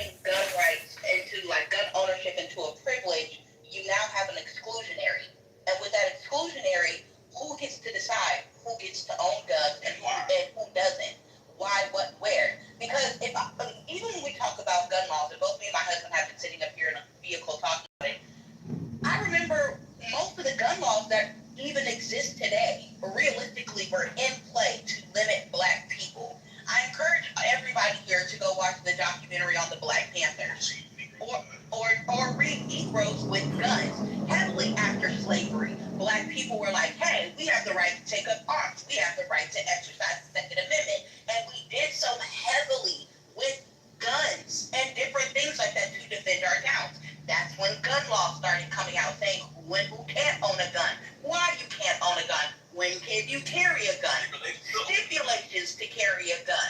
Even when we go back to the Black Panther era, when black people started policing our own neighborhoods, crime and stuff went down, but you also had the altercations where other people felt some type of way about seeing a militarized group of black people carrying guns. So what did you see in California? A lot of heavy legislation started coming about who can carry guns, when can you carry guns, and so on and so forth. So when I think of people taking gun rights, which I'm sorry, me as a black person has understandably, historically understood how guns have played a role in our community and protecting ourselves and different things like that, and what it looks like to be on the end of exclusionary practices where, hey, you know, Johnny down the street, he can go buy 27 damn rifles, but, you know, Tyrell here can't even get one.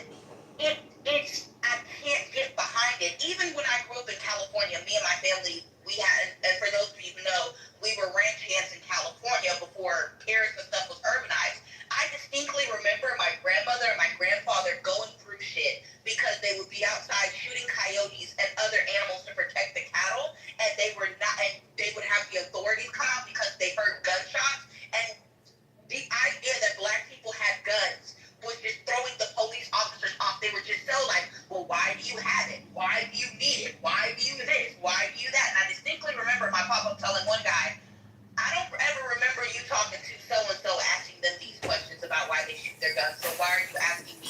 I told you I'm shooting coyotes. What's the next issue? So when it comes, I'm going to reinstate this. When it comes to exclusionary practices, that's a very tricky road, especially here in the United States, about who gets access to certain things and who doesn't. As a black person, I'm sorry, I can't get behind exclusionary practices because I understand how they disproportionately disenfranchise certain groups of people. And even to what like Brad was saying, I mean, like, you know, once you give that right away, that like it's never gonna come back. Like once you allow the government to do something, they don't go backwards. Like look at everything the government has done. Have they ever truly reversed alcohol things that they made? Look at the building of the presidency.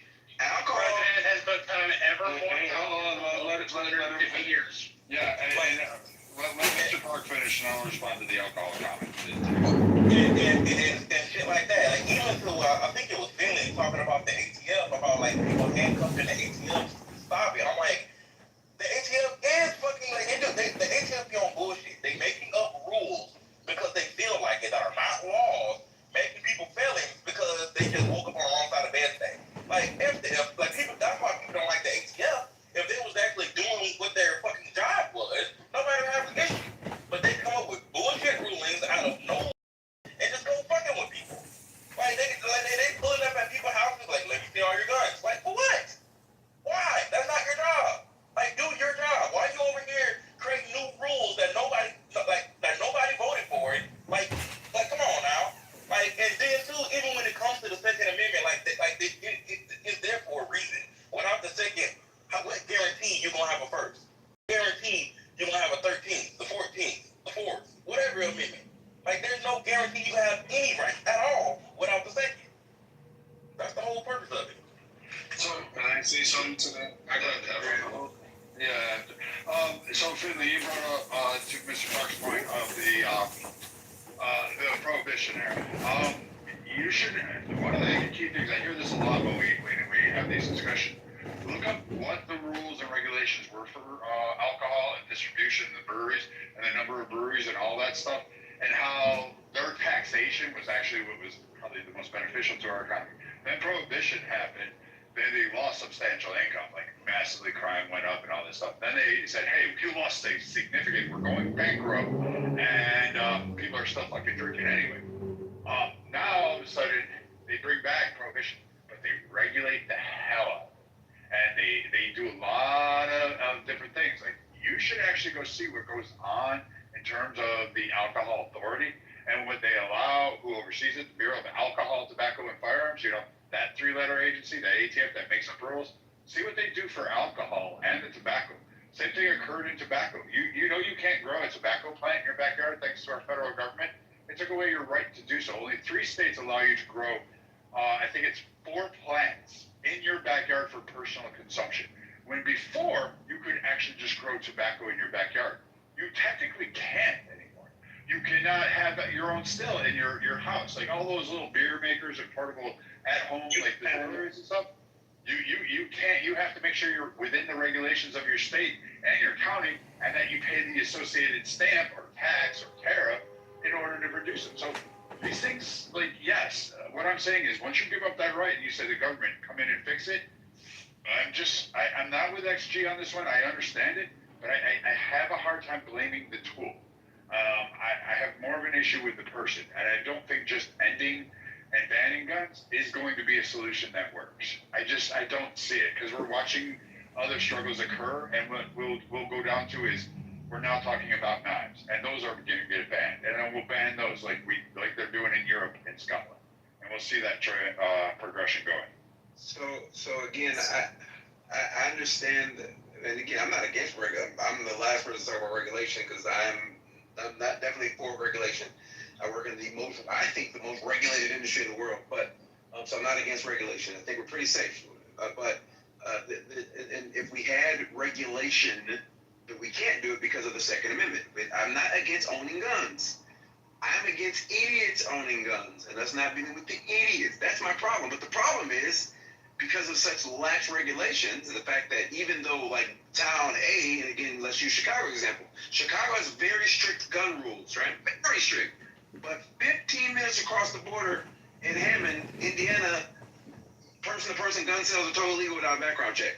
So if I were a bad actor, I can just legally go across and not deal with Chicago stuff. We're going to go across the border. Or I go north, 90 minutes north of freaking Wisconsin. Same thing, very lax rules. That's another problem that we have with gun rules in this country. The moment you cross that border, you might have committed a felony. No. So you can. Show me the law that says I can't go in Indiana and buy a gun. Person sale. So you can't. Okay. So, but that's my point. That's my greater point. I'm not against regulation. I live in Illinois. Even if I want to go buy a gun from a gun store in Indiana, I can't even pick the gun up in Indiana. They have to ship it over the border to a local gun store where I pick it up at. No, I said person to person, not licensed dealer, person to person. No, people do it illegally, but it's not legal. I mean, it no, I'm saying, is a problem. Hold on, let me finish. Last time I person to person. It definitely is a. What you're describing is exactly what I had to do about person to person. Thank you. Please continue. Can you let Kima finish? I think his audio was a little bit fuzzy and you talked over him. Hey, Kima, can you go ahead and finish? Only if you guys hear me, but come outside for the wind. Can you hear Yes, we can hear you now. Thank you. Okay. Now, it's definitely a problem with guns coming from Indiana, but it's not people from Chicago going to buy the guns legally. It's people in Indiana buying the guns because all you need is a driver license to buy a gun in Indiana. Then they are bringing the guns to Chicago, selling the guns. So it's not the way you described it. It's not illegal to just go buy a gun and bring it to Illinois. Like someone said, that's a federal crime.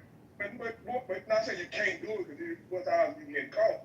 But that's not the normal way it's happening. And like I said, it's definitely not illegal. Can I say something to the point about the government? So I know, like, of course, there's a gun conversation that always comes up. Like, I don't really understand what the point is there. Like, what can you do against the government right now? Like, the government can, I mean, from my perspective, I guess, or left perspective, I think the government violates people all the time, right? Police, like, they can pull you over, practically do anything to you, and what can you do back? Like, as it stands now, like, you're already living in a country where the government can do whatever they want to. So I don't understand back on, like, is there going to be some, like, ultimate day of a showdown where now you're going to have to use your gun to protect yourself against the government or something? Like, I don't understand what the pushback is on that. Like, So It's just a matter of just like having a more sane and safe society, and doing it in a way where yes, you get to keep your guns and also keep it out of the hands of people that shouldn't have it. Like I don't think it's a right for people who intend to kill people unjustly to have guns. Like certain people should not have guns. Like that's not how it has to be. Like it can't be like, oh, it's a human right, so everybody should have it.